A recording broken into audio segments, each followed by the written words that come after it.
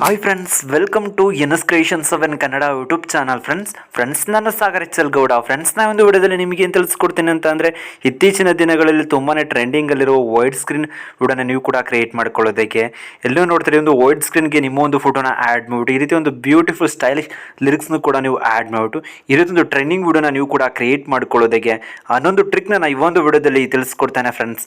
ಅದಕ್ಕೂ ಮುಂಚೆ ನೀವು ಇನ್ನೂ ನಮ್ಮ ಚಾನಲ್ಗೆ ಸಬ್ಸ್ಕ್ರೈಬ್ ಆಗಿಲ್ಲ ಅಂದರೆ ಕೂಡಲೇ ಸಬ್ಸ್ಕ್ರೈಬ್ ಆಗಿ ಮತ್ತು ಪಕ್ಕದಲ್ಲಿರೋ ಬೆಲ್ ಬಟನ್ನ ಪ್ರೆಸ್ ಮಾಡಿ ಫ್ರೆಂಡ್ಸ್.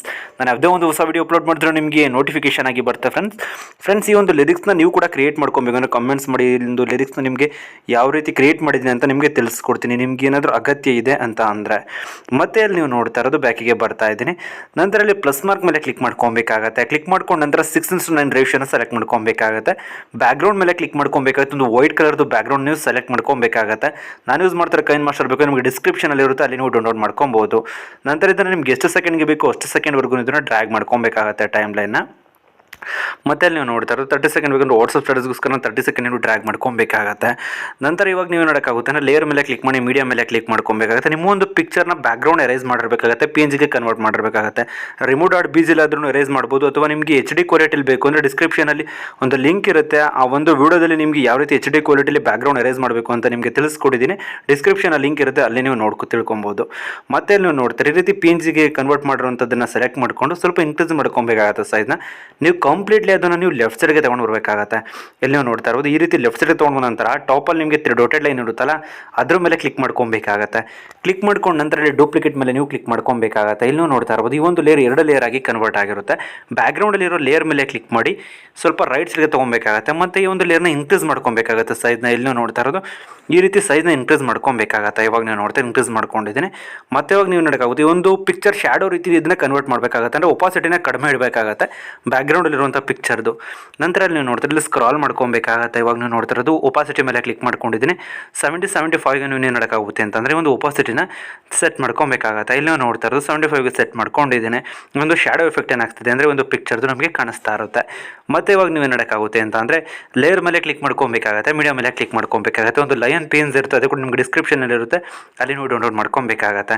ಇಲ್ಲಿ ನೀವು ನೋಡ್ತಾ ಇರೋದು ಈ ಒಂದು ಸೈಜ್ನ ಡಿಕ್ರೀಸ್ ಮಾಡ್ಕೊಬೇಕಾಗತ್ತೆ, ರೈಟ್ ಸೈಡ್ಗೆ ತೊಗೊಂಡು ಬರಬೇಕಾಗತ್ತೆ.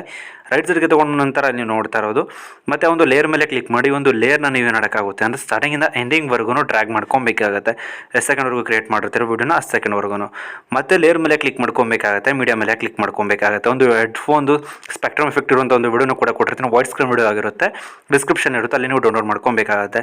ಈ ಒಂದು ಲೈನ್ ಪೇನ್ಸ್ ಮೇಲೆ ಇದನ್ನು ತೊಗೊಂಡು ಒಂದು ಪೇಸ್ಟ್ ಮಾಡ್ಕೊಬೇಕಾಗತ್ತೆ. ಮತ್ತು ಇಲ್ಲಿ ಸ್ಕ್ರಾಲ್ ಮಾಡ್ಕೊಂಡು ಬ್ಲೆಂಡಿಂಗ್ ಮೇಲೆ ಕ್ಲಿಕ್ ಮಾಡಿ ಮಲ್ಟಿಪ್ಲೈನ ನೀವು ಅಪ್ಲೈ ಮಾಡ್ಕೊಬೇಕಾಗುತ್ತೆ. ಸ್ಕ್ರೀನ್ ಅಪ್ಲೈ ಮಾಡ್ಕೊಂಬಾರ್ದು, ಮಲ್ಟಿಪ್ಲೈನ ನೀವು ಅಪ್ಲೈ ಮಾಡ್ಕೊಬೇಕಾಗತ್ತೆ.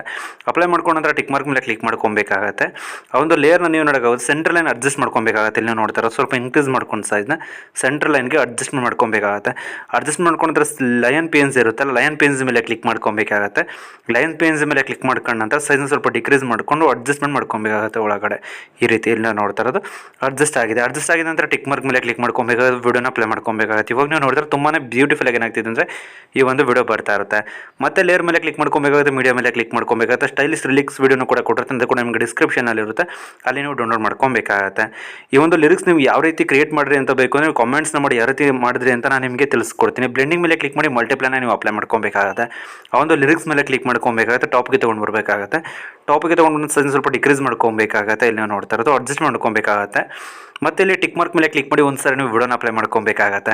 ಇವಾಗ ನೀವು ನೋಡ್ತಾ ಇರೋದು ಈ ಒಂದು ಟ್ರೆಂಡಿಂಗ್ ಸ್ಟೈಲಿಶ್ ವಿಡಿಯೋ ನಮ್ಗೆ ಏನಾಗ್ತಿದೆ ಅಂತಂದರೆ ಕ್ರಿಯೇಟ್ ಆಗ್ತಾ ಇರುತ್ತೆ.